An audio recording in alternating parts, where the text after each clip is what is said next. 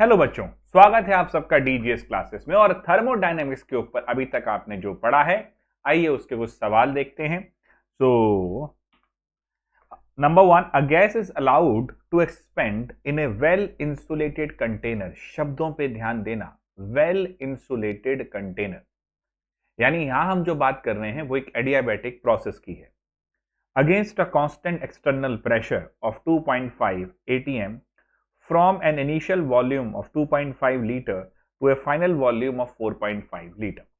So we have V2, we have V1. The change in internal energy, that is not AU, this is del U of the gas in joule will be. So my dear friends, हमारे पास क्या क्या है, data क्या क्या है हमारे पास। यहां पर पहले लिखा गया है वेल इंसुलेटेड कंटेनर। इसका मतलब ये दिस प्रोसेस इज एडियाबैटिक, और लाइक आई सजेस्टेड अर्लियर कि एडियाबैटिक मतलब यहां पर हीट का कोई ट्रांसफर का मतलब नहीं, यानी आपका डेल क्यू, अब डेल क्यू क्यों नहीं लेते, क्यू क्यों ले लेते हैं वो भी समझा चुका हूं ऑलरेडी, वो जीरो हो गया। तो एडियाबैटिक प्रोसेस है, हमें वर्क डन निकालना है। वर्क डन सिंपल जाएगा कैसे बेटा, minus P del V V2 minus V1। अब आप ये सोच सकते हैं कि इसमें मैंने सिर्फ कांस्टेंट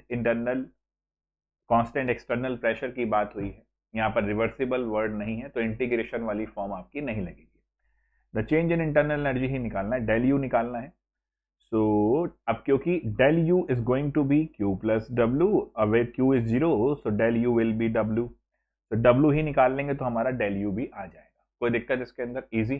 तो डब्ल्यू मेरा ऐसे आएगा, तो पी कितना दे रखा है मुझे, दैट इज 2.5 atm, और 4.5 पहुंच रहा है वो ना, तो माइनस 2.5 और 4.5 माइनस 2.5, यही है बेटा डेटा। हाँ, वेरी गुड। तो यू विल गेट, ये दो हो गया तो ये -5, और ये एटमॉस्फेयर लीटर में आता हुआ, ये जो वर्क आ रहा है एटमॉस्फेयर लीटर के अंदर आपको दिखता हुआ। अब आपको तो जूल में निकालना है। अब यहाँ पर कुछ यूनिट कन्वर्जन, और मैंने देखा था आई थिंक यूनिट कन्वर्जन के ऊपर बच्चों आपने मुझे कहा भी था, तो यूनिट कन्वर्जन के ऊपर आपका एक लेक्चर है, फिजिकल केमिस्ट्री की प्रॉब्लम। यानी मैं अब नीट के बच्चों के साथ पुराने जो सवाल आए हैं ये भी वही है। दरअसल थोड़ा सा response, I need some more response from your side, maybe because you are too much busy and occupied in other activities, maybe because of that you are unable to watch this. But if I get some more and better response, and I feel that yes, you are doing these type of questions, then it's better for me to put these sort of videos. So now this is pretty important. Now try to understand. Now this -5 atmosphere liter, and we want to convert it into joules. How we can do this? Pretty easy. We can multiply it with 8.314 joule per mole Kelvin, the value of gas constant, and divide it by 0.0821 atmosphere liter. My dear friends, it's like हमने 1 से multiply 1 से divide कर दिया, क्योंकि R की value different क्यों है, different unit की वजह से। परंतु यहां देखना, इन दिस केस ये कैंसिल आउट हो गया, ये तो चलो उड़ ही जाना था। तो अब ये अगर देखा जाए तो -5, इसको अगर आप देखते हैं तो यूनिट कन्वर्जन के अंदर ये 101 आ गया जूल के अंदर, तो ये -505 जूल आता हुआ।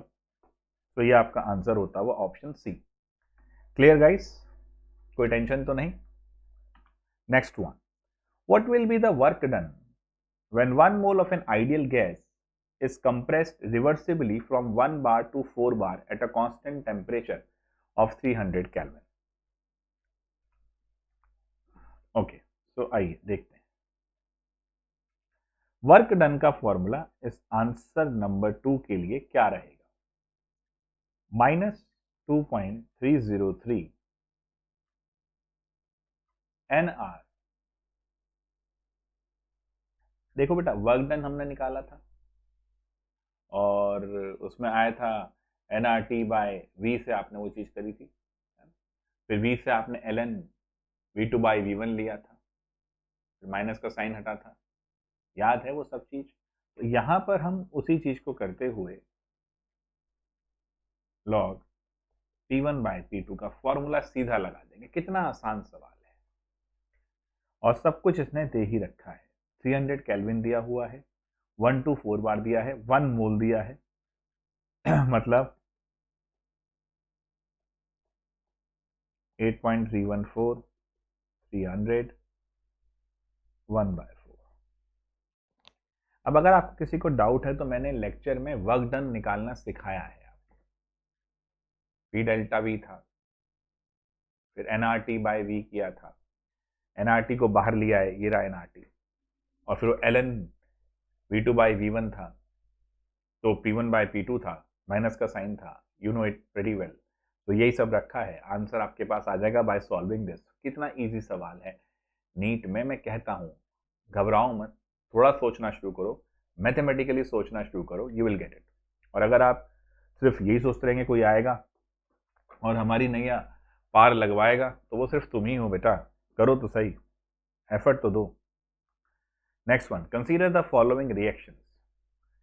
ये हेसेस लॉ की बात होती है। यहाँ पर मैं थोड़ा सा हेसेस लॉ के विषय में ऑलरेडी मैं समझा चुका हूं, बट एक बार मैं फिर समझाता हूं।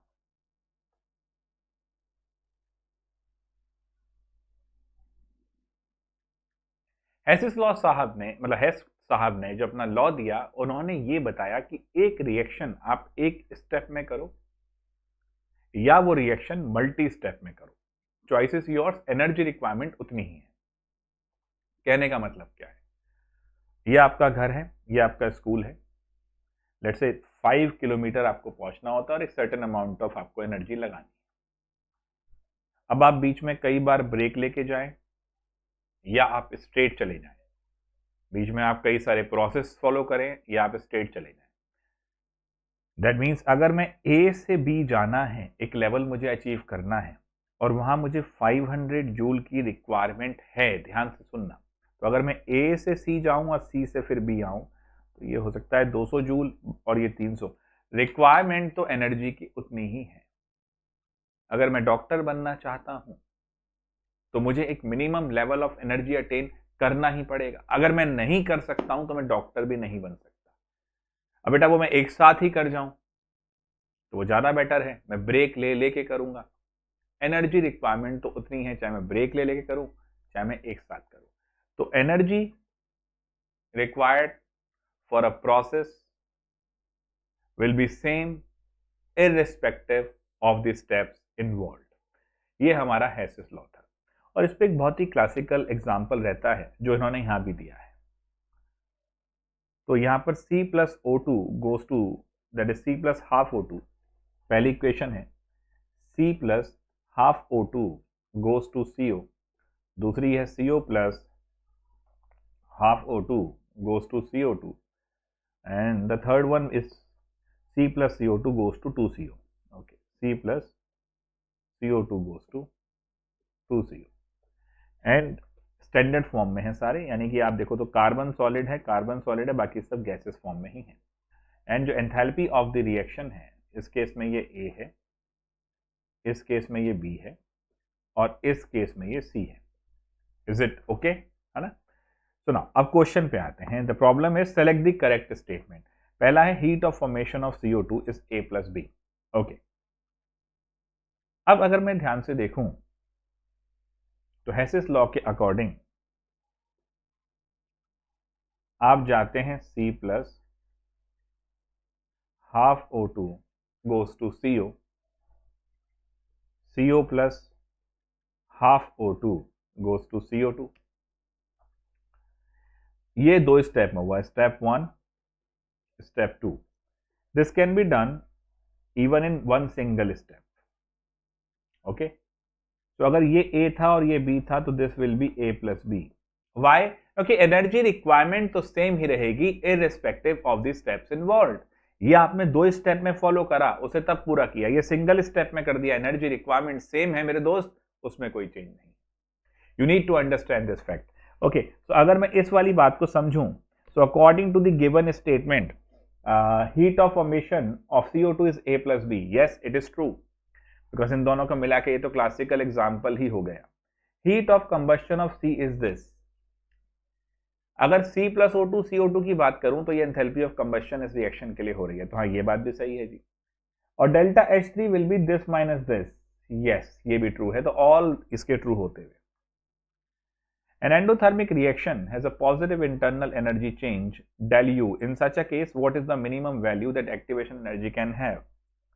अब मैं आपको एक चीज बताना चाह रहा हूं इस क्वेश्चन के माध्यम से कि दोस्तों, हम कई बार सोचते हैं कि हमने थर्मोडायनामिक्स को देखा। अब नीट की आप तैयारी कर रहे हो, क्यों आपको एक बेसिक से स्टार्ट होना जरूरी है। काइनेटिक्स के अंदर एक चीज आती है, वहां पर आप देखते हैं कि ये एनर्जी की बात थी, ये कोऑर्डिनेट्स की बात चलती है जब, तो ये रिएक्टेंट की एनर्जी है, ये ट्रांजिशन स्टेट को टच किया और ये यहाँ पर प्रोडक्ट की एनर्जी आई। तो रिएक्टेंट की एनर्जी और प्रोडक्ट की एनर्जी, यही तो डेल्टा एच है। ये देखा जाए तो रिएक्टेंट की एनर्जी कम थी, प्रोडक्ट की ज्यादा है। तो this is the graph for endothermic processes. और अगर ये ऐसे हो जाता तो दिस इज एक्सोथर्मिक, स्टिल ये क्या होता फिर इस केस में, ये डेल्टा एच होता है ना। तो डेल्टा एच यहां पर इस तरह से आता। इस क्वेश्चन के अंदर मतलब काइनेटिक्स को और थर्मो को थोड़ा सा इन्होंने मिक्स कर दिया है। Value that activation energy can have. Okay, so activation energy will definitely depend on del H वाला concept. So del U is positive. So del U will be delta H minus delta nRT. Why? Because delta H is equal to del U plus del nGRT. So option C is correct. Combination of question देखो. The heat of atomization of PH3 and P2H4 are this and this respectively PP bond energy. My dear friends, PH3 की दे रखी है,